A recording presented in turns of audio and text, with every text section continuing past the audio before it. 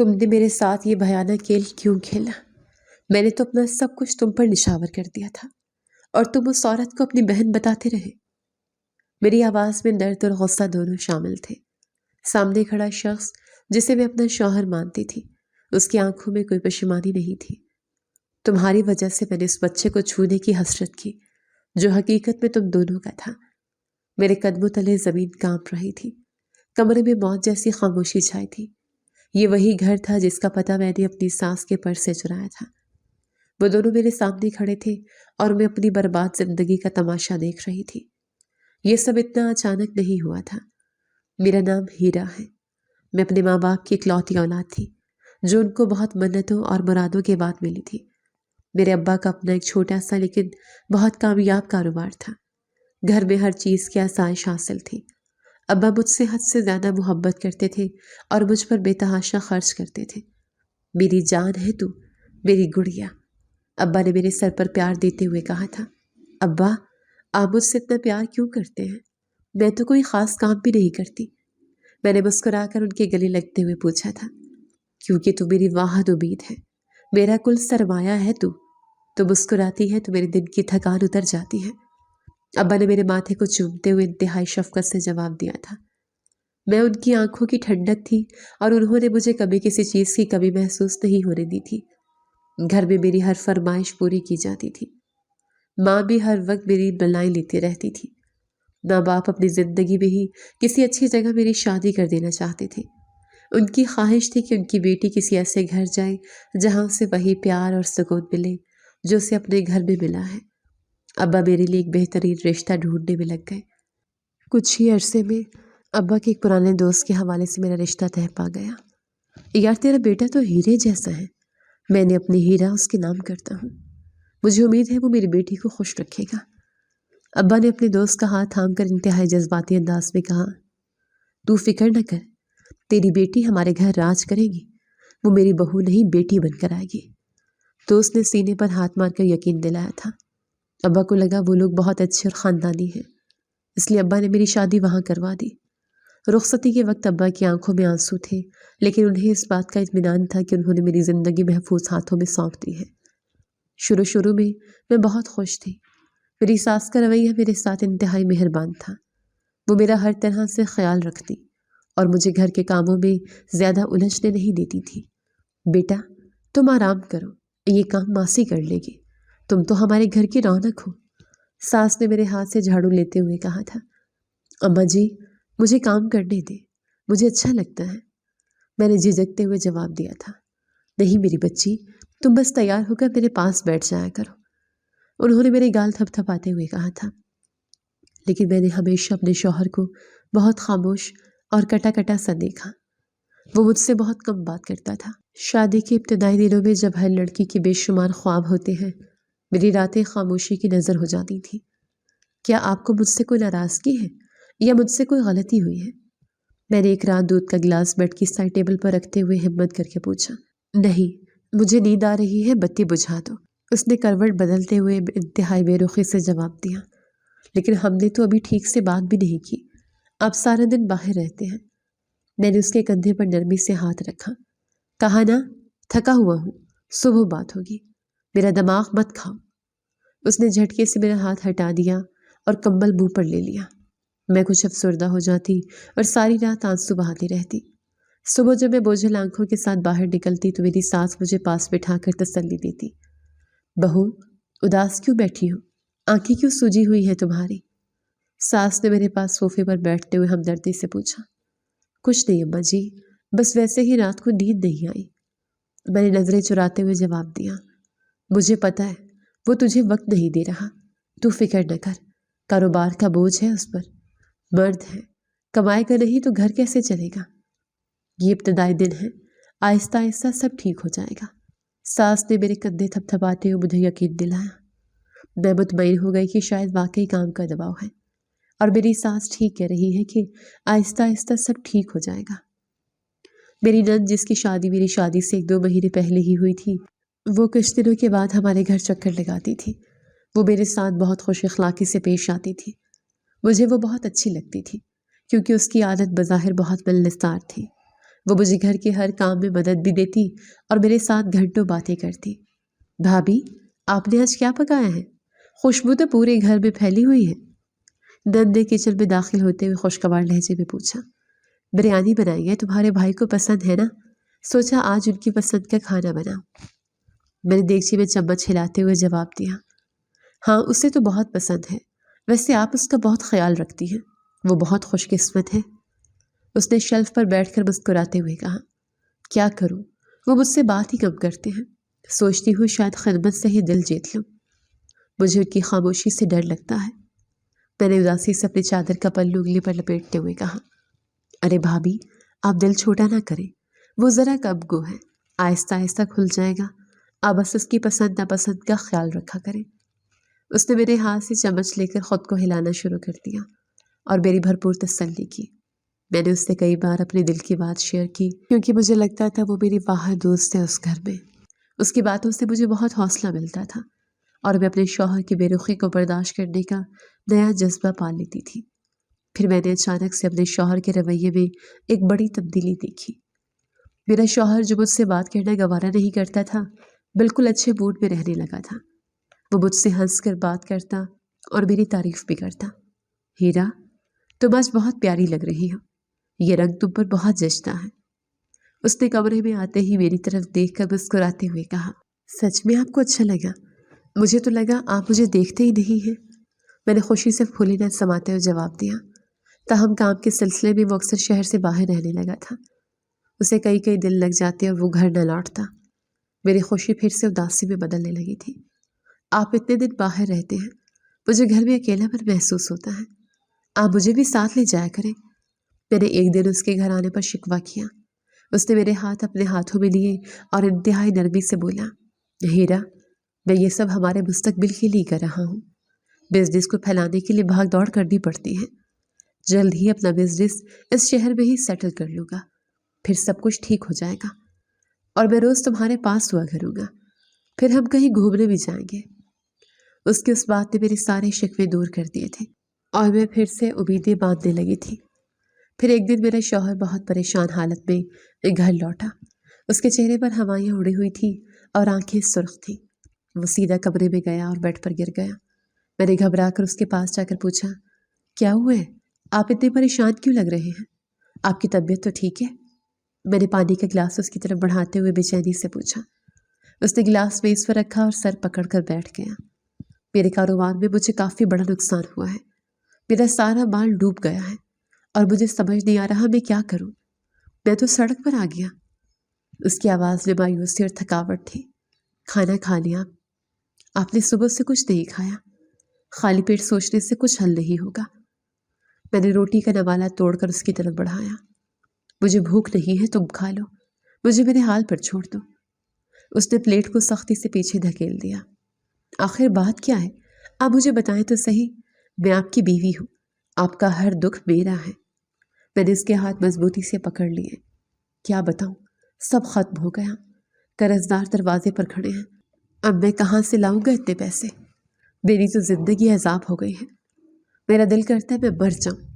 اس نے اپنے بال نوچتے ہوئے جھنجلا کر کہا، ایسی باتیں نہ کریں، کتنا نقصان ہوا ہے آپ مجھے بتائیں، ہم مل کر کوئی راستہ نکال لیں گے۔ میں نے گھبرا کر اس کے منہ پر ہاتھ رکھا۔ بہت بڑا نقصان ہے، تم کیا کر لو گی ہیرا، تم رہنے دو۔ اس نے اپنا چہرہ ہاتھوں میں چھپا لیا۔ میں نے اس کی پریشانی دور کرنے کی کوشش کی اور ایک فیصلہ کیا۔ آپ خواہ پریشان ہوتے ہیں، جتنے پیسوں کی ضرورت ہے مجھے بتائیں، میں اپنے ابا سے لے لیتی ہوں، آپ دوبارہ سے اپنا بزنس سیٹل کر سکتے ہیں، وہ مجھے کبھی انکار نہیں کریں گے۔ میں نے پوری ہمدردی سے کہا۔ وہ شرمندہ ہونے کی اداکاری کرتے ہوئے بولا، نہیں ہیرا، یہ بالکل اچھا نہیں لگتا، وہ تمہارے باپ کا پیسہ ہے، میں کیسے وہ لے لوں؟ لوگ کیا کہیں گے کہ داماد اپنے سسر کے پیسوں پر پل رہا ہے؟ میری غیرت یہ گوارا نہیں کرتی۔ اس نے نظریں جھکا لی اور منہ دوسری طرف کر لیا۔ میں نے اس کا چہرہ اپنی طرف موڑا اور پورے یقین سے کہا، اس میں غیرت کی کیا بات ہے؟ آپ کا اور میرا پیسہ کون سا الگ ہے؟ ہم میاں بیوی ہیں، آپ کو پریشان دیکھ کر وہ خود تڑپ جائیں گے۔ میں ابا سے بات کرتی ہوں، وہ خوشی سے ہماری مدد کریں گے۔ میں نے فوراً اپنا فون اٹھا لیا۔ میں نے اپنے ابا کو فون کیا اور ان سے روتے ہوئے ساری بات بتائی۔ ابا نے میری آواز سن کر بغیر کوئی سوال کیے اگلے ہی دن میرے پاس بھاری رقم بھیج دی۔ میں نے وہ ساری رقم اپنے شوہر کے حوالے کر دی اور اس نے وہ پیسے اپنے کاروبار میں انویسٹ کر لیے۔ اس کے بعد وہ بہت خوش رہنے لگا۔ تم بہت اچھی ہو ہیرا، تم نے مجھے ڈوبنے سے بچا لیا، میں تمہارا یہ احسان کبھی نہیں بھولوں گا۔ اس نے رقم ہاتھ میں پکڑتے ہی مجھے پیار سے دیکھا اور میرے ہاتھ چومے۔ ہماری شادی کو 2 سال گزر چکے تھے، لیکن میرے ہاں کوئی اولاد نہ ہوئی تھی۔ اس بات کا مجھے اندر ہی اندر دکھ تھا، لیکن میں نے کبھی کسی سے ذکر نہیں کیا تھا۔ میں تنہائی میں اللہ سے دعائیں مانگتی رہتی تھی۔ اسی دوران میری نند ہمارے گھر آئی اور اس نے پورے گھر کو خوشخبری سنائی۔ اماں منہ میٹھا کرے۔ نند نے مٹھائی کا ڈبہ ساس کے سامنے رکھتے ہوئے خوشی سے کہا، کیا خبر لائی ہے میری بچی؟ چہرہ کیوں اتنا تمتما رہا ہے تیرا؟ ساس نے بےتابی سے ڈبہ کھولتے ہوئے پوچھا۔ اماں، میں ماں بننے والی ہوں۔ نند نے شرماتے ہوئے اپنا دوپٹہ ٹھیک کرتے ہوئے جواب دیا۔ صدقے جاؤں میری بچی کے، اللہ نے تیری سن لی۔ ساس نے اسے زور سے گلے لگا لیا اور اس کی بلائیں لینے لگی۔ بھائی کہاں ہیں؟ انہیں بلائیں، مجھے ان سے منہ دکھائی لینی ہے۔ نند نے ادھر ادھر دیکھتے ہوئے بلند آواز میں کہا۔ میں ادھر ہوں میری بہن۔ شوہر نے خوشی سے چلاتے ہوئے تیزی سے کمرے میں قدم رکھا۔ بھائی، آپ ماموں بننے والے ہیں۔ نند نے آگے بڑھ کر اسے گلے لگایا۔ یہ تو بہت بڑی خوشخبری ہے، آج تو میں پورے گاؤں میں مٹھائی بانٹوں گا، میرا بھانجا آنے والا ہے۔ اس نے جیب سے پیسے نکال کر فوراً نوکر کو آواز دی اور مٹھائی لانے کا حکم دیا۔ مجھے بھی اس خبر سے بہت خوشی ہوئی، لیکن میرے دل میں ایک سوال ضرور اٹھا۔ اس کا شوہر کبھی اس کے ساتھ ہمارے گھر نہیں آیا تھا۔ بھابھی، آپ کے شوہر کو تو بہت خوشی ہوئی ہوگی، انہوں نے کیا کہا؟ میں نے نند سے مسکراتے ہوئے پوچھا۔ وہ تو باہر ہوتے ہیں نا، بس فون پر ہی مبارکباد دی ہے، انہیں چھٹی نہیں مل رہی، ورنہ وہ ضرور آتے۔ نند نے نظریں چراتے ہوئے تیزی سے جواب دیا۔ میری ساس اور نند کا ہمیشہ یہی کہنا ہوتا تھا کہ اس کا شوہر باہر کسی ملک میں ہوتا ہے، جو ہر 2 مہینے کے بعد آتا ہے اور 1-2 مہینہ رہنے کے بعد وہیں سے چلا جاتا ہے، اس لیے اسے یہاں آنے کا موقع نہیں ملتا۔ جب میری نند پریگننٹ ہوئی تو میرے شوہر کے رویے نے مجھے حیران کر دیا۔ اس نے اس خوشی میں پورے گاؤں میں مٹھائیاں بانٹی۔ وہ اتنا خوش تھا اور ایسا محسوس ہو رہا تھا کہ جیسے سب سے زیادہ خوشی اس کو ملی ہو۔ وہ سارا دن اسی کے پاس بیٹھا رہتا اور اس کی ہر ضرورت کا خیال رکھتا۔ بھائی، آپ تو ایسے خوش ہو رہے ہیں جیسے آپ خود باپ بننے والے ہوں، میں نے ایک دن حیرت سے اس کی طرف دیکھتے ہوئے کہا، جب وہ نند کے لیے پھل کاٹ رہا تھا۔ وہ ایک دم ٹھٹکا، اس کے ہاتھ سے چھری گرتے گرتے بچی، لیکن پھر بات بناتے ہوئے تیزی سے بولا، میری اکلوتی بہن ماں بن رہی ہے، میں خوش کیوں نہ ہوں؟ ہمارے گھر میں پہلا بچہ آنے والا ہے، تم ان باتوں کو نہیں سمجھو گی۔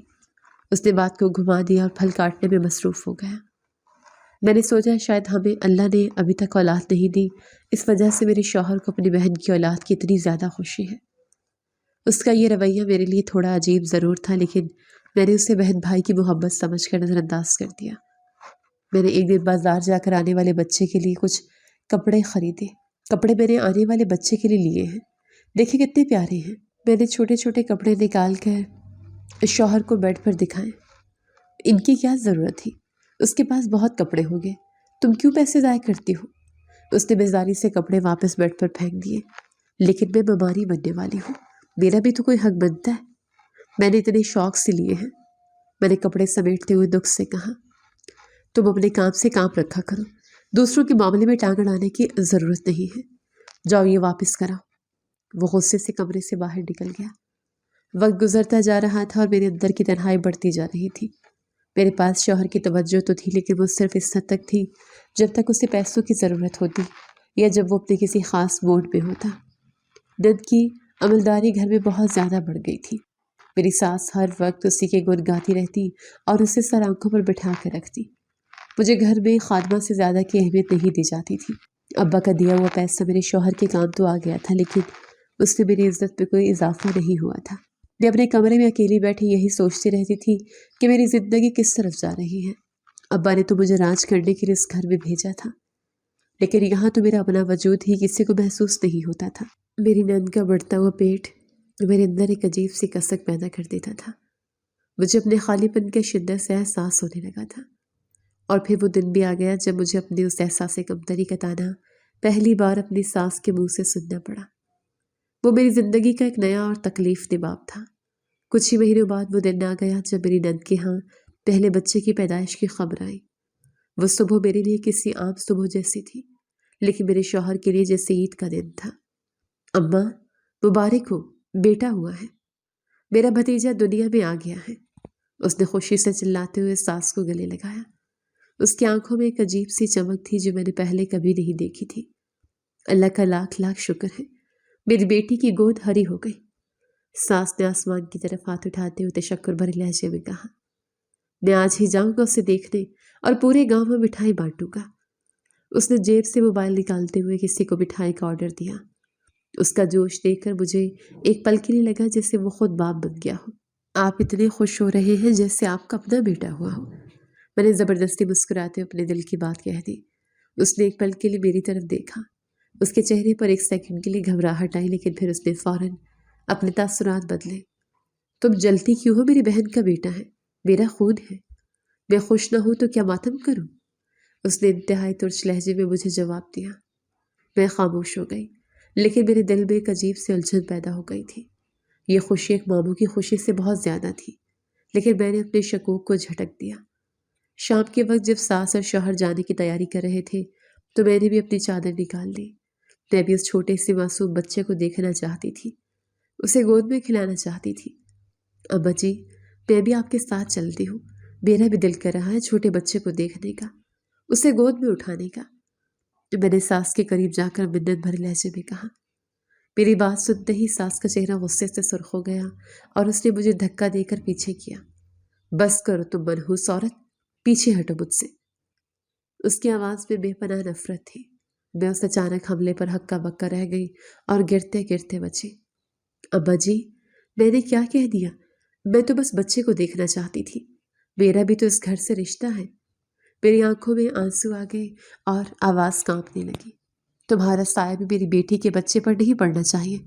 تم ایک بانجھ عورت ہو، تمہاری نحوست اس پر پڑ جائے گی۔ خبردار جو تم میرے ساتھ جانے کا سوچا بھی، گھر پر ہی رہو اور منحوس شکل لے کر میرے سامنے مت آنا۔ ساس نے انگلی اٹھا کر انتہائی زہریلے لہجے میں دھمکی دی۔ ان کے الفاظ میرے سینے میں خنجر کی طرح اتر گئے۔ میرا شوہر وہیں کھڑا یہ سب سن رہا تھا، لیکن اس نے اپنی ماں کو روکا، نہ میرے حق میں ایک لفظ کہا۔ آپ ہی اماں جی کو سمجھائیں، میں تو بس خوشی میں شریک ہونا چاہتی ہوں۔ آپ انہیں بتائیں کہ میں کوئی منحوس نہیں ہوں۔ میں نے روتے ہوئے اپنے شوہر کی طرف دیکھا۔ اماں ٹھیک کہہ رہی ہیں، تم گھر پر رہو، وہاں جا کر تم نے کیا کرنا ہے؟ ویسے بھی تم کون سا بچوں کو سنبھالا جانتی ہو؟ اس نے بے حسی سے جواب دیا اور اپنا بیگ اٹھا کر باہر نکل گیا۔ میں دروازے پر کھڑی ان دونوں کو جاتے ہوئے دیکھتی رہی اور میرے آنسو میری چادر کو بھگوتے رہے۔ میں اکیلی تنہا گھر کے اس بڑے سے صحن میں روتی رہی، بلکتی رہی۔ مجھے اپنی بے اولادی کا دکھ تھا، لیکن اس سے زیادہ دکھ اس بات کا تھا کہ میرے اپنوں نے مجھے بانجھ ہونے کا طعنہ دیا تھا۔ میرا شوہر کئی روز تک گھر نہ آیا، کیونکہ وہ اپنی بہن کے ہاں اس کے بچے کو دیکھنے گیا تھا، اور اسی شہر میں تو اس کا کاروبار بھی تھا۔ جب وہ ایک ہفتے بعد واپس آیا تو اس کا چہرہ خوشی سے تمتما رہا تھا۔ وہ میرے پاس سے ایسے گزرا جیسے میں کوئی بے جان چیز ہوں۔ آپ کو میری ذرا بھی پرواہ نہیں ہے۔ میں یہاں رو رو کر ہلکان ہو گئی اور آپ نے ایک فون تک نہیں کیا۔ میں نے اس کے کمرے میں داخل ہوتے ہی شکوہ کیا، میرے پاس ان فضول باتوں کے لیے وقت نہیں ہے، میں تھکا ہوا ہوں، میرا سر مت کھاؤ۔ اس نے بیڈ پر لیٹتے ہوئے آنکھیں بند کر لی۔ میں کسی ڈاکٹر کے پاس جانا چاہیے، ہم اپنا علاج کرواتے ہیں، شاید اللہ ہمیں بھی اولاد دے دے۔ کب تک میں یہ طعنے سنوں گی؟ میں نے ہمت کر کے اس کے پاس بیٹھتے ہوئے کہا۔ اس نے فوراً آنکھیں کھولی اور مجھے گھور کر دیکھا۔ مجھے کسی ڈاکٹر کے پاس نہیں جانا، تم نے جانا ہے تو خود چلی جاؤ، میرے پاس ان فضول کاموں کے لیے پیسے نہیں ہیں۔ اس نے انتہائی کرخت لہجے میں جواب دیا۔ پیسے تو آپ کے پاس ابا کے دیے ہوئے ہیں، کاروبار بھی چل رہا ہے، تو پھر علاج کے لیے پیسے کیوں نہیں ہیں؟ کیا میرا اس پیسے پر کوئی حق نہیں ہے؟ میں نے حیرت اور غصے سے پوچھا۔ وہ پیسے کاروبار کے لیے تھے، تمہارے علاج کے لیے نہیں۔ جب ہونی ہوگی اولاد ہو جائے گی، مجھے تنگ مت کرو اور دفع ہو جاؤ یہاں سے۔ اس نے کروٹ بدل لی اور مجھے میرے حال پر چھوڑ دیا۔ سوچا خود کہیں سے جا کر دوائی لے لیتی ہوں، لیکن پھر شوہر کی بات یاد آئی کہ جب ہونی ہوگی اولاد ہو جائے گی۔ میں نے فیصلہ کیا کہ میں کہیں سے دوائیاں نہیں لوں گی، شاید واقعی اللہ کی یہی مرضی ہے۔ میں نے اپنی تقدیر کو روتے ہوئے قبول کر لیا تھا۔ وقت گزرتا گیا اور میری زندگی ایک ہی محور پر گھومتی رہی۔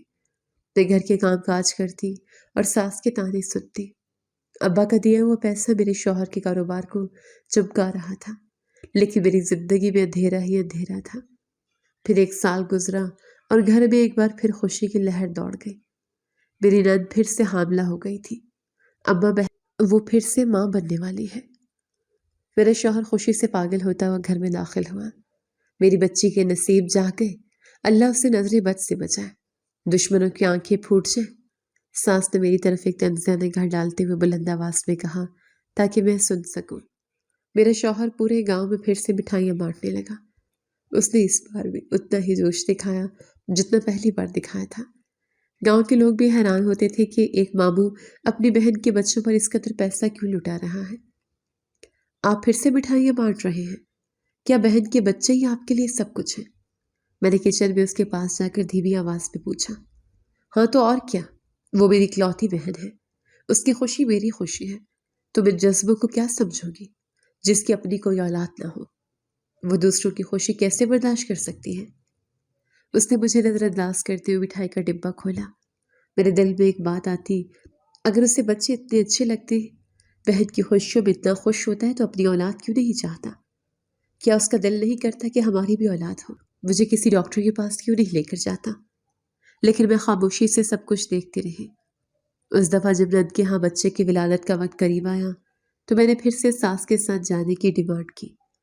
مجھے لگ رہا تھا شاید وقت گزرنے کے ساتھ ان کے دل نرم پڑ گئے ہوں گے۔ اماں جی، اس بار تو مجھے ساتھ لے چلیں، پچھلی بار بھی میں نہیں گئی تھی، میرا بھی دل کوڑتا ہے، مجھے بھی خوشی دیکھنے دیں۔ میں نے ان کے سامنے ہاتھ جوڑتے ہوئے رو کر کہا۔ اس نے مجھے پھر سے وہی باتیں اور تانے شروع کر دیے۔ تو بانجھ ہے، تیری نحوست میری بیٹی کے بچے پر بھی پڑ جائے گی، تو خاموشی کے ساتھ یہاں بیٹھی رہ، مجھے تیری شکل بھی نہیں دیکھنی، میرے سامنے سے دفع ہو جا ورنہ دھکے مار کر نکال دوں گی۔ ساس نے مجھ پر دھوکنے کے انداز میں کہا۔ ساس کا بدلتا ہوا رویہ میرے لیے انتہائی تکلیف دہ تھا، اور اس کے بعد میرا شوہر جو کبھی کبھار مجھے بلا لیتا تھا، جب سے بہن کے بچے ہوئے تھے مجھے دیکھنا بھی گوارا نہیں کرتا تھا، بلکہ ہر دوسرے دن بہن کے گھر پہنچا ہوتا تھا۔ اس کا کاروبار بھی اب زیادہ تر اسی شہر میں رہتا تھا۔ وہ ہفتوں گھر نہیں آتا تھا، اور اگر آتا بھی تو مجھ سے بات نہیں کرتا تھا۔ اب کے بعد جب میرے شوہر کئی دنوں بعد گھر آیا تو میں نے تہیہ کیا تھا اس سے ضرور بات کروں گی۔ میں اس کے کمرے میں گئی، وہ کپڑے تبدیل کر رہا تھا۔ آپ کو میری شکل دیکھنے سے بھی نفرت ہو گئی ہے کیا؟ آپ نے مجھے اس گھر میں صرف ایک خادمہ بنا کر رکھا ہے، آخر میرا قصور کیا ہے؟ میں نے غصے سے دروازہ بند کرتے ہوئے کہا۔ کیا مصیبت ہے؟ اب تم کیوں شروع ہو گئی ہو؟ میرے پاس تمہاری بکواس سننے کا وقت نہیں ہے، میرا دماغ مت خراب کرو۔ اس نے شرٹ کے بٹن بند کرتے ہوئے چیخ کر کہا۔ مجھے شدید غصہ آیا اور میں اپنے جذبات پر قابو نہ رکھ سکی۔ میں نے آپ کے لیے سب کچھ کیا ہے، آپ کے لیے اپنے باپ کا سارا پیسہ لا دیا تاکہ آپ کا کاروبار کھڑا ہو سکے، اور آپ یہ احسان بھول گئے ہیں؟ آج آپ جس مقام پر ہیں وہ میرے باپ کے پیسوں کی وجہ سے ہے۔ میں نے اسے اس کی اوقات یاد دلاتے ہوئے اونچی آواز میں کہا۔ میں نے تم سے کوئی بھیک نہیں مانگی تھی، تم نے اپنی مرضی سے دیے تھے پیسے۔ اب وہ سارے پیسے میں کاروبار میں لگا چکا ہوں، واپس نہیں کر سکتا۔ اس نے انتہائی ڈھٹائی سے میری طرف قدم بڑھاتے ہوئے جواب دیا۔ آپ مجھے اپنی کسی خوشی میں شامل نہیں کرتے۔ آپ کی بہن کے ہاں 2 بچے ہو گئے ہیں، ہم کیوں نہ اس سے کوئی بچہ گود لے لیں؟ ہماری بھی زندگی سنور جائے گی اور میری گود بھی بھر جائے گی۔ میں نے اپنا آخری اور اہم مطالبہ اس کے سامنے رکھا۔ مجھے امید تھی شاید وہ مان جائے۔ یہ سنتے ہی وہ مجھ پر ٹوٹ پڑا۔ اس نے میرا بازو سختی سے پکڑا اور مجھے جھنجھوڑا۔ اس کی گرفت اتنی سخت تھی کہ مجھے محسوس ہوا میری ہڈیاں ٹوٹ جائیں گی۔ تمہاری ہمت کیسے ہوئی یہ بات کرنے کی؟ خود تو منحوس اور بانجھ ہو، خود تو بچہ پیدا نہیں کر سکتی، اور دوسروں کے بچے چھیننے کی کوشش کرتی ہو۔ میری بہن کے بچوں سے دور رہنا، سمجھ آئی تمہیں؟ آئندہ یہ بات اپنی زبان پر مت لانا۔ اس نے میری آنکھوں میں آنکھیں ڈال کر انتہائی غلیظ لہجے میں مجھے دھمکایا اور مجھے زور سے بستر پر دھکا دے دیا۔ اس کی بات سن کر میرے رونگٹے کھڑے ہو گئے۔ وہ مجھے چھوڑ کر کمرے سے باہر نکل گیا اور میں وہیں بستر پر گر کر اپنے مقدر کو رونے لگی۔ اس واقعے کے بعد میرے اور میرے شوہر کے درمیان ایک ایسی دیوار کھڑی ہو گئی جسے گرانا اب ناممکن لگ رہا تھا۔ اب جب کبھی میری نند ہمارے گھر آتی تو اس کے بچے اس کے ساتھ نہیں ہوتے تھے، وہ ہمیشہ اکیلی آتی تھی اور اس کا رویہ بھی میرے ساتھ عجیب سا ہو گیا تھا۔ بچے کیسے ہیں؟ انہیں ساتھ کیوں نہیں لائی؟ میرا بہت دل کر رہا تھا انہیں دیکھنے کا۔ میں نے ان کے لیے کھلونے بھی منگوائے تھے۔ میں نے ایک دن نند کو پانی کا گلاس دیتے اداسی سے پوچھا۔ وہ ٹھیک ہے، بس اماں کے پاس چھوڑ کر آئی ہوں، اس سفر میں تنگ کرتے ہیں، اور ویسے بھی بچوں کو سفر میں نہیں لانا چاہیے، بیمار پڑ جاتے ہیں۔ اس نے نظریں چراتے ہوئے بے قراری سے جواب دیا۔ وہ صرف گھنٹے 2 گھنٹے کے لیے آتی اور پھر جلدی سے واپس چلی جاتی۔ مجھے یہ بات بہت حیران کن لگتی تھی۔ اب تو اس کا بڑا بچہ بھی کچھ چلنے پھرنے کے قابل ہو چکا تھا اور دوسرا بھی گھٹنوں کے بل چلتا تھا، تو پھر بھی وہ مجھ سے انہیں دور رکھتی تھی۔ وہ ایسے سلوک کرتی جیسے اس کے بچے کوئی خزانہ ہو اور میں کوئی چور ہوں۔ کیا اسے بھی مجھ سے خوف آتا ہے کہ میری نحوست اس کے بچوں پر پڑ جائے گی؟ کیا ساس نے اسے بھی میرے خلاف کر دیا ہے؟ میں نے اپنے آپ سے سوال کیا جب وہ جلدی جلدی گھر سے نکل کر گاڑی میں بیٹھ رہی تھی۔ میرے شوہر نے بھی مجھے مکمل طور پر نظر انداز کر دیا تھا۔ میں گھر کے کونے میں پڑی رہتی۔ سچ میں مجھے اپنے وجود سے گھن آنے لگی تھی۔ میں آئینے کے سامنے کھڑی ہوتی تو مجھے اپنا عکس بھی برا لگنے لگتا تھا۔